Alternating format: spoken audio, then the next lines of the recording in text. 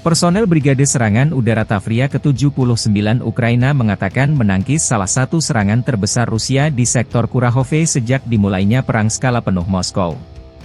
Rusia melancarkan serangan hebat di beberapa bagian front timur, dengan upaya menerobos pertahanan Ukraina di Oblast Donetsk menuju kota Pokrov dan Kurahove.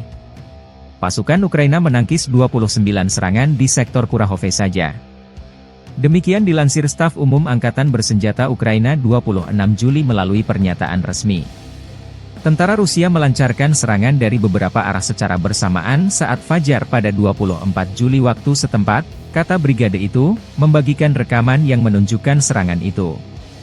Serangan itu dilaporkan melibatkan 57 kendaraan lapis baja, termasuk 11 tank, 12 sepeda motor, dan 200 kendaraan serbu. Brigade itu melihat peralatan Rusia terlebih dahulu, dan melepaskan tembakan artileri terhadap pasukan Moskow.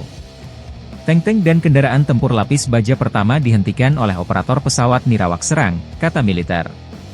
Sejumlah kendaraan meledak akibat ranjau yang dipasang brigade tersebut. Menurut pernyataan tersebut, pasukan terjun payung Ukraina merusak 6 tank Rusia, 7 kendaraan lapis baja, dan menghancurkan semua sepeda motor. 40 tentara Rusia tewas, dan 37 lainnya terluka, kata brigade tersebut. Menurut situs web pemantauan berbasis sumber daya manusia Deep State, pasukan Rusia merebut Progres, sebuah desa yang berjarak lebih dari 23 km, 15 mil, di sebelah timur Pokrov, selama akhir pekan dan sekarang berupaya mengepung unit-unit Ukraina di dekatnya. Menyusul klaim ini, militer Ukraina mengatakan bahwa tentara Rusia di dekat Progres berada di bawah tembakan Ukraina dan pertempuran masih berlangsung.